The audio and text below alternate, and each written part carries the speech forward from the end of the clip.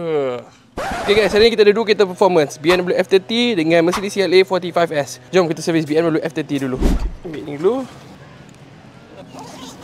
Okay, kita check brake fluid dulu. Okay, kita buka. Oh, dah warna merah. So, owner kena flushing lah. Okay, kita akan check brake pad. Ni kot. Okay lah, 75%, 80%. Check bateri. Merah ke merah, hitam ke hitam. Alright. Okay, 100%. Still good battery. Okay, sekarang kita dah boleh drain minyak lah. Ratchet 17.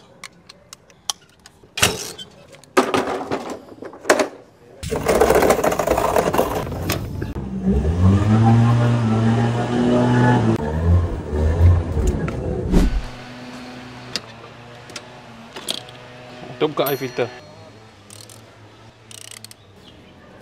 Oh, cepat-cepat. Alright. Cuci air filter. Buka dulu.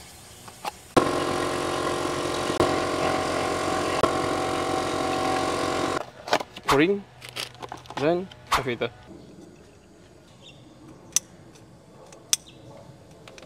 Alright, settle. Okay, alright, masuk filter baru. Okay. Alright, jangan lupa pouring dekat plug. Okay, ambil air filter baru. Okay, alright, masukkan.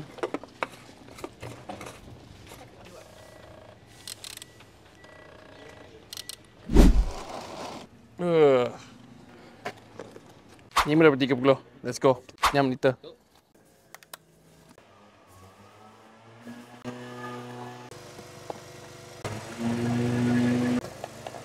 Selesai guys. Okay guys, settle dua-dua kereta yang mod ni. So siapa nak servis kereta orang mod ke, kereta stock ke, Roger je meja tu, okay.